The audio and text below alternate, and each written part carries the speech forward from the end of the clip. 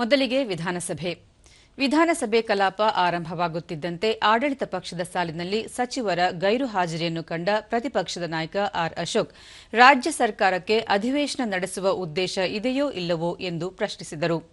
ಸಚಿವರ ಎಲ್ಲಾ ಕುರ್ಚಿಗಳು ಖಾಲಿಯಾಗಿವೆ. ಸಚಿವ ಕೃಷ್ಣ ಬೈರೇಗೌಡ ಒಬ್ಬರೇ ಸದನದಲ್ಲಿ ಹಾಜರಿದ್ದಾರೆ ಎಂದರು. ಇದಕ್ಕೆ ಜೆಡಿಎಸ್ ಶಾಸಕಾಂಗ ಪಕ್ಷದ ನಾಯಕ ಸಿಬಿ ಸುರೇಶ್ ಬಾಬು ದನಿಗೂಡಿಸಿದರು. ಈ ಮಧ್ಯೆ ಸಭಾಧ್ಯಕ್ಷರು 5 ನಿಮಿಷದಲ್ಲಿ ಸಚಿವರು ಬರುತ್ತಾರೆ, ಕಲಾಪ ಆರಂಭಿಸೋಣ ಎಂದು ಹೇಳಿ ಮುಂದಿನ ಪ್ರಕ್ರಿಯೆಗಳಿಗೆ ಮುಂದಾದರು. ನಂತರ ಸಂತಾಪ ಸೂಚನೆಯನ್ನು ಕೈಗೆತ್ತಿಕೊಂಡ ಸಭಾಧ್ಯಕ್ಷರು ವೃಕ್ಷ ಮಾತೆ ಎಂದೇ ಜನಪ್ರಿಯರಾಗಿದ್ದ ತುಳಸಿಗೌಡ ಅವರು ನಿಧನ ಹೊಂದಿದ್ದಾರೆ. ಅಂಕೋಲಾ ತಾಲೂಕು ಹೊನ್ನಹಳ್ಳಿಯ ತುಳಸಿಗೌಡ ಅವರು ಹಾಲಕ್ಕಿ ಬುಡಕಟ್ಟು ಸಮುದಾಯದ ಬಡ ಕುಟುಂಬದಲ್ಲಿ ಜನಿಸಿದ್ದು ಪರಿಸರದ ಬಗ್ಗೆ ಅಪಾರ ಕಾಳಜಿ ಹೊಂದಿದ್ದರು. ಲಕ್ಷಾಂತರ ಮರಗಳನ್ನು ನೆಟ್ಟು ಪೋಷಿಸಿದ್ದ ಅವರ ಪರಿಸರ ಪ್ರೇಮಕ್ಕಾಗಿ 2021ರಲ್ಲಿ ಪದ್ಮಶ್ರೀ ಪ್ರಶಸ್ತಿ ನೀಡಲಾಗಿತ್ತು. ರಾಜ್ಯೋತ್ಸವ, ಪ್ರಿಯದರ್ಶಿನಿ, ವೃಕ್ಷ ಮಿತ್ರ ಸೇರಿದಂತೆ ಹಲವು ಪ್ರಶಸ್ತಿಗಳು ಅವರಿಗೆ ಸಂದಿವೆ. ವೃಕ್ಷಗಳ ಆರೈಕೆ ಮೂಲಕ ಪ್ರಸಿದ್ಧಿ ಪಡೆದಿದ್ದ 81 ವರ್ಷದ ತುಳಸಿಗೌಡ ನಿಧನ ಹೊಂದಿದ್ದಾರೆ ಎಂದು ವಿಷಾದಿಸಿದರು. ಬಳಿಕ ಸದಸ್ಯರು ತುಳಸಿಗೌಡ ಅವರ ಕುರಿತು ಸ್ಮರಿಸಿ ಅವರ ಕಾರ್ಯಗಳನ್ನು ಶ್ಲಾಘಿಸಿದರು. ನಂತರ ಸದನದಲ್ಲಿ 1 ನಿಮಿಷ ಮೌನಾಚರಣೆ ಮಾಡಿ ಶ್ರದ್ಧಾಂಜಲಿ ಸಲ್ಲಿಸಲಾಯಿತು. ಸಂತಾಪ ಸೂಚಕ ನಿರ್ಣಯವನ್ನು ಅವರ ಕುಟುಂಬ ವರ್ಗದವರಿಗೆ ಕಳುಹಿಸಿಕೊಡುವುದಾಗಿ ಸಭಾಧ್ಯಕ್ಷರು ಹೇಳಿದರು. ಬಿಜೆಪಿಯ ದಿನಕರ್ ಕೇಶವ್ ಶೆಟ್ಟಿ, ವೃಕ್ಷ ಮಾತೆ ತುಳಸಿಗೌಡ ನಮ್ಮ ಜಿಲ್ಲೆಯವರು, ಅವರ ಬಗ್ಗೆ ಸಂತಾಪ ಸೂಚಿಸಿ ಮಾತನಾಡಲು ಅವಕಾಶ ನೀಡಬೇಕಿತ್ತು ಎಂದರು. ಮುಂದುವರೆದ ಕಲಾಪದಲ್ಲಿ ಆರ್ ಅಶೋಕ್ ಕಳಪೆ ಔಷಧ ಕುರಿತು ಸೂಚನೆಯಡಿ ಪೂರ್ವಭಾವಿ ಚರ್ಚೆಗೆ ಅವಕಾಶ ಮಾಡಿಕೊಡಬೇಕು ಎಂದು ಒತ್ತಾಯಿಸಿದರು. ಪ್ರಕರಣಗಳಲ್ಲಿ ಆಡಳಿತ ವೈಫಲ್ಯ ಇಲ್ಲ, ಹಾಗಾಗಿ ಸಾರ್ವಜನಿಕ ಮಹತ್ವ ವಿಚಾರವನ್ನಾಗಿ ಚರ್ಚೆಗೆ ಅವಕಾಶ ನೀಡುವುದಾಗಿ ಹೇಳಿದರು. ಕಳಪೆ ಗುಣಮಟ್ಟದ ಔಷಧಿಗಳನ್ನು ಸರ್ಕಾರಿ ಆಸ್ಪತ್ರೆಗಳಲ್ಲಿ ಇಡಲಾಗುತ್ತಿದೆ. ಶೌಚಾಲಯವಿಲ್ಲ, ಸಾಕಷ್ಟು ವೈದ್ಯರಿಲ್ಲ. ರಾಜ್ಯ ಸರ್ಕಾರ ಡ್ರಗ್ ಮಾಫಿಯಾ ಹಿಡಿತದಲ್ಲಿದೆ. ಅವಧಿ ಮುಗಿದ ಔಷಧಿ ಸೇವಿಸುವ ಪರಿಸ್ಥಿತಿ ಇದೆ. ಬಳ್ಳಾರಿ, ಬೆಳಗಾವಿಯಲ್ಲಿ ಬಾಣಂತಿಯರು ಸಾಯುತ್ತಿದ್ದಾರೆ. ಬೆಂಗಳೂರಿನ ಜಯನಗರ ಕ್ಷೇತ್ರದ ಕ್ಯಾನ್ಸರ್ ಪೀಡಿತ ರೋಗಿಗಳು ತಾವೇ ಔಷಧಿ ತೆಗೆದುಕೊಳ್ಳುವ, ಚುಚ್ಚುಮದ್ದು ತೆಗೆದುಕೊಳ್ಳುವ ಪರಿಸ್ಥಿತಿ ಉಂಟಾಗಿದೆ.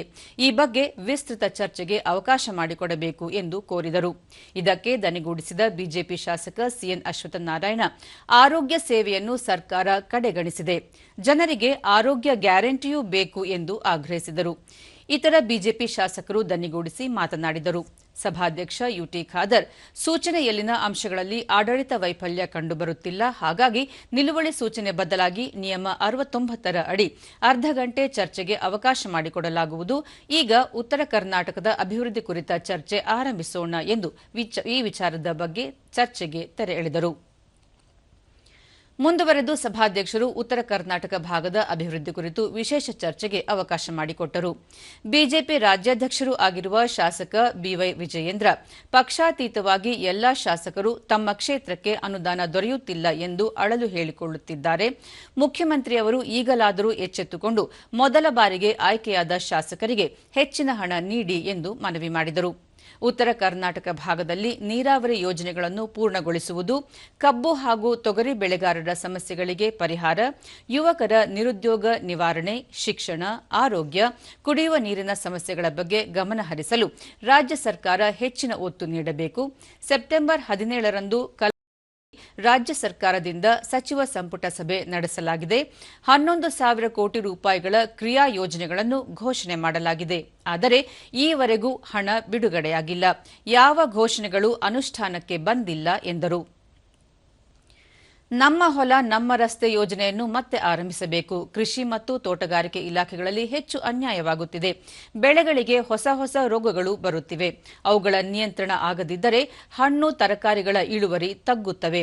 ಹೊರದೇಶಗಳಿಗೆ ರಫ್ತು ಮಾಡಬೇಕಾದ ಹಣ್ಣು ತರಕಾರಿ ಬೆಳೆಯಲು ಸಿಂಪಡಿಸುವ ಕ್ರಿಮಿನಾಶಕಗಳೇ ಬೇರೆ ಇರುತ್ತವೆ. ರಾಜ್ಯದಲ್ಲಿ ಬಳಕೆ ಮಾಡಲು ಬಳಸುವ ಹಣ್ಣು ತರಕಾರಿಗಳಿಗೆ ಬೇರೆ ರೀತಿಯ ಔಷಧಿಗಳೇ ಬೇರೆಯಾಗಿದೆ. ಇದರಿಂದ ಕ್ಯಾನ್ಸರ್ ಬರುತ್ತಿದೆ. ಈ ಬಗ್ಗೆ ಎಚ್ಚರಿಕೆ ವಹಿಸಬೇಕು ಎಂದು ಆಗ್ರಹಿಸಿದರು. ಕಾಂಗ್ರೆಸ್ ಶಾಸಕ ಬಿಆರ್ ಪಾಟೀಲ್, ಕಲ್ಯಾಣ ಕರ್ನಾಟಕ ಭಾಗದಲ್ಲಿ ಶಿಕ್ಷಣಕ್ಕೆ ದೊಡ್ಡ ಬರೆ ಬಿದ್ದಿದೆ. ಕಲಬುರಗಿಯಲ್ಲಿ ವಿಶ್ವವಿದ್ಯಾನಿಲಯದಲ್ಲಿ 83% ಹುದ್ದೆಗಳು ಖಾಲಿಯಾಗಿವೆ. ಪ್ರಾಧ್ಯಾಪಕರಿಲ್ಲದ ಗುಣಮಟ್ಟದ ಶಿಕ್ಷಣ ಹೇಗೆ ಎಂದು ಪ್ರಶ್ನಿಸಿದರು. ಕಲಬುರಗಿಯಲ್ಲಿ ಪ್ರತ್ಯೇಕ ಸಚಿವಾಲಯ ಸ್ಥಾಪನೆಯಾಗಿಲ್ಲ ಎಂದು ಅಸಮಾಧಾನ ವ್ಯಕ್ತಪಡಿಸಿದ ಅವರು, ಬೀದರ್, ಕಲಬುರಗಿ, ಯಾದಗಿರಿ, ರಾಯಚೂರು, ಬಳ್ಳಾರಿ ಮತ್ತು ಬೆಂಗಳೂರು ನಡುವೆ ಚತುಷ್ಪಥ ಹೆದ್ದಾರಿ ನಿರ್ಮಾಣ ಮಾಡಬೇಕು ಎಂದು ಆಗ್ರಹಿಸಿದರು. ಮೇಲುಕೋಟೆಯ ದರ್ಶನ್ ಪುಟ್ಟಣ್ಣಯ್ಯ ಅವರು ಎಪಿಎಂಸಿಗಳ ಖಾಸಗೀಕರಣವನ್ನು ರದ್ದು ಮಾಡಬೇಕು, ಬೆಳಗಾವಿಯಲ್ಲಿರುವ ಸಕ್ಕರೆ ಆಯುಕ್ತರ ಕಚೇರಿಯನ್ನು ಪೂರ್ಣ ಪ್ರಮಾಣದಲ್ಲಿ ಕೆಲಸ ಮಾಡುವಂತೆ ಮಾಡಬೇಕು, ಕಬ್ಬು ಕಟಾವು ಮಾಡುವವರಿಗೆ ಜಾಬ್ ಕಾರ್ಡ್ ಮಾಡಿಕೊಡಬೇಕು, ಈ ಭಾಗದ ನೀರಾವರಿ ಯೋಜನೆಗಳನ್ನು ಪೂರ್ಣಗೊಳಿಸಬೇಕು ಎಂದು ಮನವಿ ಮಾಡಿದರು. ಭೋಜನ ವಿರಾಮದ ಬಳಿಕ ಸದನ ಸಮಾವೇಶಗೊಂಡಾಗ ಸಭಾಧ್ಯಕ್ಷರು ವಿತ್ತೀಯ ಕಲಾಪಗಳನ್ನು ಕೈಗೆತ್ತಿಕೊಂಡರು. ಸಿದ್ದರಾಮಯ್ಯ ಅವರ ಪರವಾಗಿ ರಾಜ್ಯ ಹಣಕಾಸಿನ ಮಧ್ಯವಾರ್ಷಿಕ ಪರಿಶೀಲನಾ ವರದಿಯನ್ನು ಗೃಹ ಸಚಿವ ಡಾ ಜಿ. ಪರಮೇಶ್ವರ್ ಮಂಡಿಸಿದರು. ಶಾಸನ ರಚನಾ ಕಲಾಪದಲ್ಲಿ ಸಚಿವ ಪ್ರಿಯಾಂಕ್ ಖರ್ಗೆ ಗ್ರಾಮೀಣಾಭಿವೃದ್ಧಿ ಮತ್ತು ಪಂಚಾಯತ್ ರಾಜ್ ವಿಶ್ವವಿದ್ಯಾಲಯ ತಿದ್ದುಪಡಿ ವಿಧೇಯಕವನ್ನು ಮಂಡಿಸಿದರು. ವಿಶ್ವವಿದ್ಯಾಲಯದ ಮತ್ತಷ್ಟು ಬೆಳವಣಿಗೆಗೆ ಕೆಲವು ಸೆಕ್ಷನ್ಗಳಿಗೆ ತಿದ್ದುಪಡಿ ತರಲಾಗುತ್ತಿದೆ. ಈ ವಿಶ್ವವಿದ್ಯಾಲಯಕ್ಕೆ ಮೊದಲು ರಾಜ್ಯಪಾಲರು ಕುಲಪತಿಗಳಿದ್ದರು. ತಿದ್ದುಪಡಿ ತಂದು ಮುಖ್ಯಮಂತ್ರಿಯವರನ್ನು ಕುಲಪತಿಗಳನ್ನಾಗಿ ನೇಮಿಸಲಾಗುತ್ತಿದೆ. ಉಪಕುಲಪತಿಗಳನ್ನು ನೇಮಿಸಲು ಯುಜಿಸಿ ನಿಯಮಾನುಸಾರ ಶೈಕ್ಷಣಿಕ ಹಾಗೂ ಇತರೆ ಅರ್ಹತೆಗಳನ್ನು ನಿರ್ದಿಷ್ಟಗೊಳಿಸಲಾಗಿದೆ. ಅಕಾಡೆಮಿಕ್ ಸದಸ್ಯರ ನೇಮಕಾತಿ ಕುರಿತು ಕೆಲ ಬದಲಾವಣೆ ತರಲಾಗಿದೆ ಎಂದು ಸಚಿವರು ವಿವರಿಸಿದರು. ಬಿಜೆಪಿಯ ಡಾ ಸಿಎನ್ ಅಶ್ವತ್ಥನಾರಾಯಣ್ ಅವರು ರಾಜ್ಯಪಾಲರು ಕುಲಪತಿಗಳಿರುತ್ತಿದ್ದರು, ಆ ಸ್ಥಾನಕ್ಕೆ ಮುಖ್ಯಮಂತ್ರಿಗಳನ್ನು ನಿಯೋಜಿಸಲಾಗಿದೆ. ಈ ಮಸೂದೆಯಲ್ಲಿ ಸದುದ್ದೇಶ ಇಲ್ಲ. ಗುಣಮಟ್ಟ ಹೆಚ್ಚಿಸಲು ಖಾಸಗಿ ವಿಶ್ವವಿದ್ಯಾಲಯಗಳ ಮಾದರಿಯಲ್ಲಿ ಬೋರ್ಡ್ ಆಫ್ ಡೈರೆಕ್ಟರ್ಸ್ ವ್ಯವಸ್ಥೆ ಜಾರಿಗೆ ತಂದು ಸ್ವಾಯತ್ತ ಸ್ಥಾನಮಾನ ನೀಡಬಹುದಿತ್ತು. ವಿಶ್ವವಿದ್ಯಾಲಯ ಆರಂಭಿಸಿದ್ದ ಉದ್ದೇಶ ಗ್ರಾಮೀಣಾಭಿವೃದ್ಧಿ ಹಾಗೂ ಸ್ಥಳೀಯವಾಗಿ ಅವಕಾಶಗಳನ್ನು ಸೃಷ್ಟಿಸಿ ವಲಸೆ ತಪ್ಪಿಸುವುದಾಗಿತ್ತು. ಈಗ ನಾನು ಹೇಳಿದವರು ಕುಲಪತಿಗಳಾಗಬೇಕು ಎಂಬ ಸಣ್ಣ ಉದ್ದೇಶಕ್ಕೆ ಕುಸಿದಿದೆ. ಈ ಮಸೂದೆ ಹಿಂದೆ ಹಗೆತನ, ದ್ವೇಷ ಈಡೇರಿಕೆಗೆ ಒತ್ತು ನೀಡುತ್ತಿದೆ. ಅದಕ್ಕಾಗಿಯೇ ರಾಜ್ಯಪಾಲರನ್ನು ಕುಲಪತಿ ಸ್ಥಾನದಿಂದ ತೆಗೆದು ಸಂಘರ್ಷಕ್ಕೆ ಮುಂದೂಡಲಾಗಿದೆ ಎಂದು ಆರೋಪಿಸಿದರು. ವಿರೋಧ ಪಕ್ಷ ನಾಯಕ ಆರ್ ಅಶೋಕ್ ರಾಜ್ಯಪಾಲರು ಕುಲಪತಿ ಆಗಿರುವುದರಿಂದ ಯಾವ ಸಮಸ್ಯೆಗಳಿವೆ ಎಂದು ವಿವರಿಸಿ, ಗುಜರಾತ್ ವಿಶ್ವವಿದ್ಯಾಲಯಗಳಲ್ಲಿ ಮುಖ್ಯಮಂತ್ರಿಯವರು ಕುಲಪತಿಯಾಗಿದ್ದಾರೆ, ಅದಕ್ಕಾಗಿ ಬದಲಾವಣೆ ತರುತ್ತಿದ್ದೇವೆ ಎಂದಾದರೆ ಕರ್ನಾಟಕವು ಗುಜರಾತ್ ಮಾದರಿ ಅನುಸರಿಸುತ್ತಿದೆ ಎಂದು ಸರ್ಕಾರ ಘೋಷಣೆ ಮಾಡಲಿ ಎಂದರು. ಕಾಂಗ್ರೆಸ್ನ ಕೆಎಂ ಶಿವಲಿಂಗೇಗೌಡ, ಬಿಜೆಪಿ ಶಾಸಕರಾದ ಚನ್ನಬಸಪ್ಪ, ಹರೀಶ್ ಪೂಂಜಾ ಸೇರಿದಂತೆ ಅನೇಕರು ಚರ್ಚೆಯಲ್ಲಿ ಭಾಗವಹಿಸಿದ್ದರು. ಸಚಿವ ಪ್ರಿಯಾಂಕ್ ಖರ್ಗೆ ಸದಸ್ಯರ ಆಕ್ಷೇಪಗಳಿಗೆ ಸ್ಪಷ್ಟನೆ ನೀಡಿದರು. ಪ್ರತಿಪಕ್ಷಗಳ ಶಾಸಕರು ವಿಧೇಯಕವನ್ನು ವಿರೋಧಿಸಿ ಸಭಾತ್ಯಾಗ ಮಾಡಿದರು. ಬಳಿಕ ಸದನ ವಿಧೇಯಕಕ್ಕೆ ಧ್ವನಿ ಮತದ ಅನುಮೋದನೆ ನೀಡಿತು. ಮುಖ್ಯಮಂತ್ರಿ ಸಿದ್ದರಾಮಯ್ಯ 2024-25ನೇ ಸಾಲಿನ ಆರ್ಥಿಕ ವರ್ಷಕ್ಕೆ ಎರಡನೇ ಕಂತಿನ 5,317 ಕೋಟಿ ರೂಪಾಯಿಗಳ ಪೂರಕ ಅಂದಾಜು ಹಾಗೂ ಧನ ವಿನಿಯೋಗ ವಿಧೇಯಕವನ್ನು ಮಂಡಿಸಿ ವಿವರಣೆ ನೀಡುವ ಮೂಲಕ ಪರ್ಯಾಲೋಚನೆಗೆ ಮನವಿ ಮಾಡಿದರು. ಧ್ವನಿ ಮತದ ಮೂಲಕ ಅಂಗೀಕಾರ ದೊರೆಯಿತು. ನಗರಾಭಿವೃದ್ಧಿ ಸಚಿವ ಬೈರತಿ ಸುರೇಶ್ ಮೈಸೂರು ಅಭಿವೃದ್ಧಿ ಪ್ರಾಧಿಕಾರ ವಿಧೇಯಕವನ್ನು ಮಂಡಿಸಿದರು ಹಾಗೂ ಕರ್ನಾಟಕ ಪಟ್ಟಣ ಮತ್ತು ಗ್ರಾಮಾಂತರ ಯೋಜನೆ ವಿಧೇಯಕವನ್ನು ಹಿಂಪಡೆಯುವುದಾಗಿ ಸದನಕ್ಕೆ ತಿಳಿಸಿದರು. ಕಾರ್ಮಿಕ ಸಚಿವ ಸಂತೋಷ್ ಲಾಡ್ ಕರ್ನಾಟಕ ಕಾರ್ಮಿಕ ಕಲ್ಯಾಣ ನಿಧಿ ತಿದ್ದುಪಡಿ ವಿಧೇಯಕವನ್ನು, ಸಚಿವ ಎಸ್ಎಸ್ ಮಲ್ಲಿಕಾರ್ಜುನ್ ಖನಿಜ ಹಕ್ಕುಗಳು ಮತ್ತು ಖನಿಜ ಹೊಂದಿರುವ ಭೂಮಿ ತೆರಿಗೆ ವಿಧೇಯಕವನ್ನು, ಕಂದಾಯ ಸಚಿವ ಕೃಷ್ಣ ಬೈರೇಗೌಡ ಕರ್ನಾಟಕ ಭೂ ಕಂದಾಯ ತಿದ್ದುಪಡಿ ವಿಧೇಯಕವನ್ನು ಮಂಡಿಸಿ ಪರ್ಯಾಲೋಚನೆಗೆ ಮನವಿ ಮಾಡಿದರು. ಚರ್ಚೆಯ ಬಳಿಕ ಧ್ವನಿ ಮತದ ಮೂಲಕ ವಿಧೇಯಕಗಳು ಅಂಗೀಕಾರಗೊಂಡವು. ಇನ್ನು ವಿಧಾನ ಪರಿಷತ್ ಬೆಳಗ್ಗೆ ಮೇಲ್ಮನೆ ಕಲಾಪ ಆರಂಭವಾಗುತ್ತಿದ್ದಂತೆ ಸಭಾಪತಿ ಬಸವರಾಜ ಹೊರಟ್ಟಿ ಅವರು ಸಂತಾಪ ಸೂಚಕ ನಿರ್ಣಯ ಕೈಗೆತ್ತಿಕೊಂಡರು. ಈ ವೇಳೆ ಅವರು ನಿನ್ನೆ ನಿಧನರಾದ ವೃಕ್ಷಮಾತೆ ತುಳಸಿಗೌಡ ಅವರಿಗೆ ಸಂತಾಪ ಸೂಚಿಸಿ ಪದ್ಮಶ್ರೀ ಪ್ರಶಸ್ತಿ ಪುರಸ್ಕೃತೆ ತುಳಸಿಗೌಡ ಅವರು ಉತ್ತರ ಕನ್ನಡ ಜಿಲ್ಲೆ ಅಂಕೋಲಾ ತಾಲೂಕಿನ ಹೊನ್ನಹಳ್ಳಿ ಗ್ರಾಮದ ಹಾಲಕ್ಕಿ ಬುಡಕಟ್ಟು ಜನಾಂಗದಲ್ಲಿ ಜನಿಸಿ ಪರಿಸರವೇ ನನ್ನ ಉಸಿರು ಎಂದು ಜೀವನದುದ್ದಕ್ಕೂ ಲಕ್ಷಾಂತರ ಮರಗಳನ್ನು ಬೆಳೆಸಿ ಪೋಷಣೆ ಮಾಡಿ ಪರಿಸರ ಪ್ರೇಮಿಯಾಗಿದ್ದರು.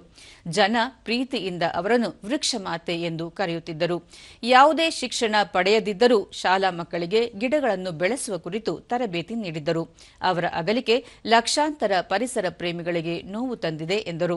ಸಂತಾಪ ನಿರ್ಣಯದ ಮೇಲೆ ಸಭಾನಾಯಕ ಎಸ್ ಬೋಸರಾಜು, ಪ್ರತಿಪಕ್ಷದ ನಾಯಕ ಛಲವಾದಿ ನಾರಾಯಣಸ್ವಾಮಿ ಮಾತನಾಡಿ ಅವರ ಸೇವೆಯನ್ನು ಸ್ಮರಿಸಿದರು. ಮೃತರ ಗೌರವಾರ್ಥ ಸದನದ ಸದಸ್ಯರು ಎದ್ದು ನಿಂತು 1 ನಿಮಿಷ ಮೌನ ಆಚರಿಸಿದರು.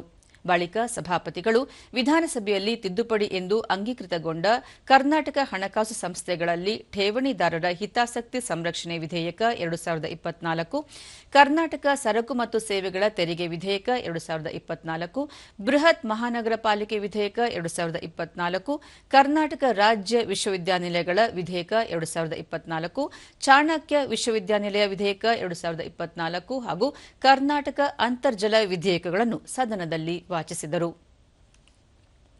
ನಂತರ ಪ್ರಶ್ನೋತ್ತರ ಕಲಾಪ ಕೈಗೆತ್ತಿಕೊಳ್ಳಲಾಯಿತು. ರಾಜ್ಯದಲ್ಲಿ ವಿವಿಧ ಸಕ್ಕರೆ ಕಾರ್ಖಾನೆಗಳಿಂದ 3.94 ಕೋಟಿ ರೂಪಾಯಿ ಬಾಕಿ ಉಳಿದಿದೆ ಎಂದು ಸಕ್ಕರೆ ಖಾತೆ ಸಚಿವ ಶಿವಾನಂದ ಪಾಟೀಲ್ ತಿಳಿಸಿದರು. ಸದಸ್ಯ ಎನ್ ರವಿಕುಮಾರ್ ಪ್ರಶ್ನೆಗೆ ಉತ್ತರಿಸಿದ ಅವರು, ಬೀದರ್ ಸಹಕಾರಿ ಕಾರ್ಖಾನೆಯ 89 ಲಕ್ಷ ರೂಪಾಯಿ, ಬೀದರ್ ಭವಾನಿ ಶುಗರ್ಸ್ 1 ಕೋಟಿ 80 ಲಕ್ಷ ರೂಪಾಯಿ, ವಿಜಯಪುರ ಧ್ಯಾನಯೋಗಿ ಶ್ರೀ ಶಿವಕುಮಾರ್ ಸ್ವಾಮೀಜಿ ಶುಗರ್ಸ್ 1 ಕೋಟಿ 25 ಲಕ್ಷ ರೂಪಾಯಿ ಬಾಕಿ ಇದೆ. ಈ 3 ಕಾರ್ಖಾನೆ ಸ್ಥಗಿತವಾಗಿದ್ದು ವಸೂಲಾತಿ ಜವಾಬ್ದಾರಿ ನೀಡಲಾಗಿದೆ ಎಂದರು. ಕೈಗಾರಿಕಾ ಪ್ರದೇಶದಲ್ಲಿ ಹೋಟೆಲ್, ಅಪಾರ್ಟ್ಮೆಂಟ್, ಗ್ಯಾಸ್ ಬಂಕ್ ಅಗತ್ಯವಾಗಿದೆ. ಈ ಹಿನ್ನೆಲೆಯಲ್ಲಿ ನಾಗರಿಕ ಸೌಲಭ್ಯದ ನಿವೇಶನ ನೀಡಲು ಅವಕಾಶ ಇದೆ ಎಂದು ಬೃಹತ್ ಕೈಗಾರಿಕಾ ಸಚಿವ ಎಂಬಿ ಪಾಟೀಲ್ ತಿಳಿಸಿದರು. ಸಿಟಿ ರವಿ ಅವರ ಪ್ರಶ್ನೆಗೆ ಉತ್ತರಿಸಿದ ಸಚಿವರು, ಹೊರ ರಾಜ್ಯದವರಿಗೂ ನಿವೇಶನ ನೀಡಲು ಅವಕಾಶ ಇದೆ ಎಂದರು. ಆಗ ವಿರೋಧ ಪಕ್ಷಗಳ ಸದಸ್ಯರಿಂದ ಆಕ್ಷೇಪ ವ್ಯಕ್ತವಾಯಿತು. ಈ ವೇಳೆ ಸಚಿವರು ಜವಾಬ್ದಾರಿಯುತ ಉತ್ತರ ನೀಡಿಲ್ಲ ಎಂದು ಪ್ರತಿಪಕ್ಷ ನಾಯಕರ ಛಲವಾದಿ ನಾರಾಯಣಸ್ವಾಮಿ, ಸದಸ್ಯರಾದ ಸಿಟಿ ರವಿ, ಭೋಜೇಗೌಡ ಮತ್ತಿತರರು ಆಕ್ಷೇಪಿಸಿ ಕೆಐಎಡಿಬಿ ಸಿಎ ಸೈಟ್ ಹಂಚಿಕೆ ವಿಚಾರವನ್ನು ನ್ಯಾಯಾಂಗ ತನಿಖೆಗೆ ಒಪ್ಪಿಸಿ ಎಂದು ಒತ್ತಾಯಿಸಿದರು. ಆಗ ಮಧ್ಯಪ್ರವೇಶ ಮಾಡಿದ ಸಭಾಪತಿ ಹೊರಟ್ಟಿ, ನಿಮಗೆ ಉತ್ತರ ಸಮಾಧಾನ ಆಗದಿದ್ದರೆ ಅರ್ಧ ಗಂಟೆ ಚರ್ಚೆಗೆ ಅವಕಾಶ ನೀಡುತ್ತೇನೆ ಎಂದು ಆ ವಿಷಯಕ್ಕೆ ತೆರೆ ಎಳೆದರು. ರಾಜಧಾನಿ ಬೆಂಗಳೂರಿನ ಸುತ್ತಮುತ್ತಲಿನ ಸೂಕ್ತವಾದ ಸ್ಥಳದಲ್ಲಿ ಸಾರ್ವಜನಿಕರು ಹಾಗೂ ಕೈಗಾರಿಕೋದ್ಯಮಿಗಳ ಹಿತವನ್ನು ಗಮನದಲ್ಲಿಟ್ಟುಕೊಂಡು 2ನೇ ಅಂತಾರಾಷ್ಟ್ರೀಯ ವಿಮಾನ ನಿಲ್ದಾಣ ಸ್ಥಾಪನೆಗೆ ಸರ್ಕಾರ ಮುಂದಾಗಿದೆ ಎಂದು ಬೃಹತ್ ಕೈಗಾರಿಕಾ ಸಚಿವ ಎಂಬಿ ಪಾಟೀಲ್ ತಿಳಿಸಿದರು. ಸದಸ್ಯ ಜವರಾಯಗೌಡ ಪ್ರಶ್ನೆಗೆ ಉತ್ತರಿಸಿದ ಸಚಿವರು, ವಿಮಾನ ನಿಲ್ದಾಣ ಸ್ಥಾಪನೆಗೆ ಸಂಬಂಧ 3-4 ಕಡೆ ಸ್ಥಳವನ್ನು ಗುರುತಿಸಲಾಗಿದೆ. ಈಗಾಗಲೇ 4 ಬಾರಿ ಸಭೆ ನಡೆಸಲಾಗಿದೆ. ಈ ಸಂಬಂಧ ಅಧ್ಯಯನ ನಡೆಸಿ ವರದಿ ನೀಡುವಂತೆ ಐಡೆಕ್ ಸಂಸ್ಥೆಗೆ ಸೂಚಿಸಲಾಗಿದ್ದು, ಇನ್ನೊಂದು ವಾರದಲ್ಲಿ ವರದಿ ಕೈ ಸೇರಲಿದೆ. ಆ ಬಳಿಕ ವರದಿಯನ್ನು ಭಾರತೀಯ ವಿಮಾನ ನಿಲ್ದಾಣ ಪ್ರಾಧಿಕಾರಕ್ಕೆ ಕಳುಹಿಸಲಾಗುವುದು ಎಂದು ಮಾಹಿತಿ ನೀಡಿದರು. ರಾಜ್ಯ ಸರ್ಕಾರದ ಬಿಗಿಯಾದ ಕ್ರಮದಿಂದಾಗಿ 99% ಅಕ್ರಮ ಗಣಿಗಾರಿಕೆಗಳು ಸ್ಥಗಿತಗೊಂಡಿವೆ ಎಂದು ಗಣಿ ಮತ್ತು ಭೂವಿಜ್ಞಾನ ಸಚಿವ ಎಸ್ಎಸ್ ಮಲ್ಲಿಕಾರ್ಜುನ್ ಹೇಳಿದ್ದಾರೆ. ಕೆಎ ತಿಪ್ಪೇಸ್ವಾಮಿ ಪ್ರಶ್ನೆಗೆ ಉತ್ತರಿಸಿದ ಸಚಿವರು, ಈಗ ಎಲ್ಲವೂ ಗಣಕೀಕರಣ ಆಗಿರುವುದರಿಂದ ಶಿಸ್ತುಬದ್ಧವಾಗಿ ನಡೆಯುತ್ತಿದೆ. ಅಕ್ರಮ ಗಣಿಗಾರಿಕೆಗೆ ಅವಕಾಶ ಇಲ್ಲ. ರಾಜ್ಯದಲ್ಲಿ ನಡೆಯುವ ಗಣಿಗಾರಿಕೆಗಳಿಗೆ ರಾಜಧನ ಮತ್ತು ಹೆಚ್ಚಿನ ತೆರಿಗೆ ವಿಧಿಸುವ ಹಕ್ಕು ರಾಜ್ಯ ಸರ್ಕಾರಗಳಿಗೆ ಇದೆ ಎಂದು ಸುಪ್ರೀಂ ಕೋರ್ಟ್ ತೀರ್ಪು ನೀಡಿದೆ. ಇದರಿಂದ ತೆರಿಗೆ ವಿಧಿಸುವುದರಿಂದ ಸರ್ಕಾರದ ಬೊಕ್ಕಸಕ್ಕೆ ಹೆಚ್ಚುವರಿಯಾಗಿ 4,750 ಕೋಟಿ ರೂಪಾಯಿ ಆದಾಯ ಬರಲಿದೆ ಎಂದರು. ಪ್ರಶ್ನೋತ್ತರ ಅವಧಿ ಬಳಿಕ ಸಭಾಪತಿ ಬಸವರಾಜ ಹೊರಟ್ಟಿ ಲಿಖಿತ ಮೂಲಕ ಉತ್ತರಿಸುವ ಪ್ರಶ್ನೆಗಳನ್ನು ಸದನದಲ್ಲಿ ಮಂಡಿಸಲು ಸಭಾನಾಯಕ ಬೋಸರಾಜು ಅವರಿಗೆ ಸೂಚಿಸಿದರು. ಬಳಿಕ ಸಭಾಪತಿ ಶೂನ್ಯ ವೇಳೆಯನ್ನು ಕೈಗೆತ್ತಿಕೊಂಡರು. ರಾಜ್ಯದಲ್ಲಿ ಇತ್ತೀಚೆಗೆ ವಿವಿಧ ಕಡೆ ಸಂಭವಿಸಿದ ಬಾಣಂತಿಯರ ಸಾವಿನ ಪ್ರಕರಣ ಪ್ರತಿಧ್ವನಿಸಿ ಸದಸ್ಯರು ಪಕ್ಷಭೇದ ಮರೆತು ತಪ್ಪಿತಸ್ಥರ ಮೇಲೆ ಕಾನೂನು ಕ್ರಮ ಜರುಗಿಸುವಂತೆ ಒತ್ತಾಯಿಸಿದರು. ಪ್ರತಿಪಕ್ಷ ನಾಯಕ ಛಲವಾದಿ ನಾರಾಯಣಸ್ವಾಮಿ ಅವರ ನಿಲುವಳಿ ಸೂಚನೆಗೆ ಉತ್ತರಿಸಿದ ಆರೋಗ್ಯ ಮತ್ತು ಕುಟುಂಬ ಕಲ್ಯಾಣ ಸಚಿವ ದಿನೇಶ್ ಗುಂಡೂರಾವ್, ಬಾಣಂತಿಯರ ಸಾವಿನ ಪ್ರಕರಣಗಳ ಸಂಬಂಧ ಸರ್ಕಾರ ತೆಗೆದುಕೊಂಡಿರುವ ಕ್ರಮಗಳ ಕುರಿತು ಸದನಕ್ಕೆ ಮಾಹಿತಿ ನೀಡಿದರು. ಇದಕ್ಕೆ ಆಕ್ಷೇಪ ವ್ಯಕ್ತಪಡಿಸಿದ ಸದಸ್ಯರು ಸಚಿವರಿಂದ ಹೆಚ್ಚಿನ ಮಾಹಿತಿ. ಈ ವೇಳೆ ಸದಸ್ಯ ರವಿಕುಮಾರ್, ಬಳ್ಳಾರಿ ಸೇರಿ ಹಲವು ಜಿಲ್ಲೆಯಲ್ಲಿ ಬಾಣಂತಿಯರ ಸಾವು ಪ್ರಕರಣಗಳು ನಡೆದಿವೆ. ಇದನ್ನು ಸರ್ಕಾರ ಗಂಭೀರವಾಗಿ ಪರಿಗಣಿಸಿ ಬಾಣಂತಿಯರ ಸಾವು ಪ್ರಕರಣವನ್ನು ಸಿಬಿಐಗೆ ವಹಿಸುವಂತೆ ಒತ್ತಾಯಿಸಿದರು. ಸದಸ್ಯರ ಆಗ್ರಹಕ್ಕೆ ಉತ್ತರಿಸಿದ ಸಚಿವ ದಿನೇಶ್ ಗುಂಡೂರಾವ್, ಸರ್ಕಾರ ಯಾರನ್ನೂ ರಕ್ಷಣೆ ಮಾಡುವ ಉದ್ದೇಶ ಹೊಂದಿಲ್ಲ.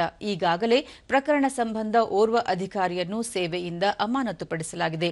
ಪ್ರಕರಣವನ್ನು ಸರ್ಕಾರ ಗಂಭೀರವಾಗಿ ಪರಿಗಣಿಸಿದ್ದು, ಮುಖ್ಯಮಂತ್ರಿ ಸಿದ್ದರಾಮಯ್ಯ ಅವರ ಜೊತೆ ಚರ್ಚಿಸಿ ಎಸ್ಐಟಿ, ನ್ಯಾಯಾಂಗ ಇಲ್ಲವೇ ಲೋಕಾಯುಕ್ತ ಸೇರಿದಂತೆ ಯಾವುದಾದರೂ ತನಿಖಾ ಸಂಸ್ಥೆಗೆ ವಹಿಸಲು ಸರ್ಕಾರ ಸಿದ್ಧವಿದೆ ಎಂದು ಹೇಳಿದರು. ನಂತರ ಸದನವನ್ನು ಮಧ್ಯಾಹ್ನದ ಭೋಜನ ವಿರಾಮಕ್ಕೆ ಮುಂದೂಡಿದರು. ಭೋಜನ ವಿರಾಮದ ನಂತರ ಸದನದ ಉಪಸಭಾಪತಿ ಎಂಕೆ ಪ್ರಾಣೇಶ್ ಅವರು ವಿಧಾನಸಭೆಯಲ್ಲಿ ಅಂಗೀಕೃತವಾಗಿದ್ದ ಹಲವು ವಿಧೇಯಕಗಳ ಮಂಡನೆಗೆ ಅವಕಾಶ ನೀಡಿದರು. ಮುಖ್ಯಮಂತ್ರಿ ಸಿದ್ದರಾಮಯ್ಯ ಅವರ ಪರವಾಗಿ ಕಂದಾಯ ಸಚಿವ ಕೃಷ್ಣ ಬೈರೇಗೌಡ ಅವರು ಕರ್ನಾಟಕ ಹಣಕಾಸು ಸಂಸ್ಥೆಗಳಲ್ಲಿ ಠೇವಣಿದಾರರ ಹಿತಾಸಕ್ತಿ ಸಂರಕ್ಷಣೆ ವಿಧೇಯಕ 2024, ಕರ್ನಾಟಕ ಸರಕು ಮತ್ತು ಸೇವೆಗಳ ತೆರಿಗೆ ವಿಧೇಯಕ 2024, ಬೃಹತ್ ಮಹಾನಗರ ಪಾಲಿಕೆ ವಿಧೇಯಕ 2024, ಕರ್ನಾಟಕ ರಾಜ್ಯ ವಿಶ್ವವಿದ್ಯಾನಿಲಯಗಳ ವಿಧೇಯಕ 2024, ಚಾಣಕ್ಯ ವಿಶ್ವವಿದ್ಯಾನಿಲಯ ವಿಧೇಯಕ 2024 ಹಾಗೂ ಕರ್ನಾಟಕ ಅಂತರ್ಜಲ ವಿಧೇಯಕ 2024 ಅನ್ನು ಮಂಡನೆ ಮಾಡಿದರು. ಮೊದಲು ವಿಧಾನಸಭೆಯಿಂದ ಅಂಗೀಕೃತ ರೂಪದಲ್ಲಿರುವ 2024ನೇ ಸಾಲಿನ ಕರ್ನಾಟಕ ಸರಕು ಮತ್ತು ಸೇವೆಗಳ ತೆರಿಗೆ 2ನೇ ತಿದ್ದುಪಡಿ ವಿಧೇಯಕ 2024 ಅನ್ನು ಪರ್ಯಾಲೋಚಿಸಬೇಕು ಎಂದು ಮುಖ್ಯಮಂತ್ರಿಗಳ ಪರವಾಗಿ ಸಚಿವರಾದ ಕೃಷ್ಣ ಬೈರೇಗೌಡ ಅವರು ಸದನಕ್ಕೆ ಸೂಚಿಸಿದರು. ಈ ವೇಳೆ ವಿಧೇಯಕದ ಪರ್ಯಾಲೋಚನೆಗೆ ಸಭಾಪತಿಯವರು ಅವಕಾಶ ಕಲ್ಪಿಸಿದರು. ತಿದ್ದುಪಡಿ ವಿಧೇಯಕ ಮೇಲೆ ಸದಸ್ಯರಾದ ನವೀನ್, ತಿಪ್ಪೇಸ್ವಾಮಿ ಹಾಗೂ ಇನ್ನಿತರರು ಮಾತನಾಡಿ, ಜಿಎಸ್ಟಿಗೆ ಸಂಬಂಧಿಸಿದಂತೆ 2015ರಿಂದ ಈಚೆಗೆ ಇಲಾಖೆ ಮತ್ತು ವ್ಯವಹಾರಸ್ಥರ ಮೇಲೆ ಘರ್ಷಣೆ ನಡೆಯುತ್ತಲೇ ಇವೆ. ಕಟ್ಟುನಿಟ್ಟಿನಿಂದ ವ್ಯವಹಾರ ಮಾಡುವ ವ್ಯಾಪಾರಸ್ಥರಿಗೆ ಹಿನ್ನಡೆ ಆಗದ ರೀತಿಯಲ್ಲಿ ಎಚ್ಚರಿಕೆ ವಹಿಸಿ ಜಿಎಸ್ಟಿ ಕಾಯ್ದೆ ತಿದ್ದುಪಡಿ ಅನುಷ್ಠಾನಕ್ಕೆ ಮುಂದಾಗಬೇಕು. ಜಿಎಸ್ಟಿ 2ನೇ ತಿದ್ದುಪಡಿ ವಿಧೇಯಕವು ಸಣ್ಣ ವ್ಯಾಪಾರಸ್ಥರ ಪರವಾಗಿ ಇರುವಂತೆ ನೋಡಿಕೊಳ್ಳಬೇಕು ಎಂದು ಸಲಹೆ ಮಾಡಿದರು. ಜಿಎಸ್ಟಿ ತಿದ್ದುಪಡಿ ವಿಧೇಯಕದ ಬಗ್ಗೆ ವಿಪಕ್ಷ ಸದಸ್ಯರಿಂದ ಬಂದಿರುವ ಸಲಹೆಯನ್ನು ಪರಿಗಣನೆಗೆ ತೆಗೆದುಕೊಳ್ಳಲಾಗುವುದು. ತೆರಿಗೆದಾರರಿಂದ ಬಂದಿರುವ ಸಲಹೆಗಳನ್ನು ಕೂಡ ಪರಿಗಣಿಸಲಾಗಿದೆ. ಸಾರ್ವಜನಿಕ ಹಿತಾಸಕ್ತಿಗೆ ಅನುಸಾರ ಕಾಯ್ದೆಯನ್ನು ಸರಳೀಕರಣಗೊಳಿಸುವ ಪ್ರಯತ್ನದ ಭಾಗವಾಗಿ ಮಾಡಲಾಗಿರುವ ಈ ತಿದ್ದುಪಡಿಗೆ ಅನುಮೋದನೆ ನೀಡಬೇಕು ಎಂದು ಸಚಿವರಾದ ಕೃಷ್ಣ ಬೈರೇಗೌಡ ಅವರು ಸದನಕ್ಕೆ ತಿಳಿಸಿ ವಿಧೇಯಕವನ್ನು ಅಂಗೀಕರಿಸಲು ಕೋರಿದರು. ಬಳಿಕ ಧ್ವನಿಮತದ ಮೂಲಕ ವಿಧೇಯಕವನ್ನು ಅಂಗೀಕರಿಸಲಾಯಿತು. ಇಲ್ಲಿಗೆ ವಿಧಾನಮಂಡಲದ ಇಂದಿನ ಕಾರ್ಯಕಲಾಪ ಮುಕ್ತಾಯವಾಯಿತು. ನಮಸ್ಕಾರ.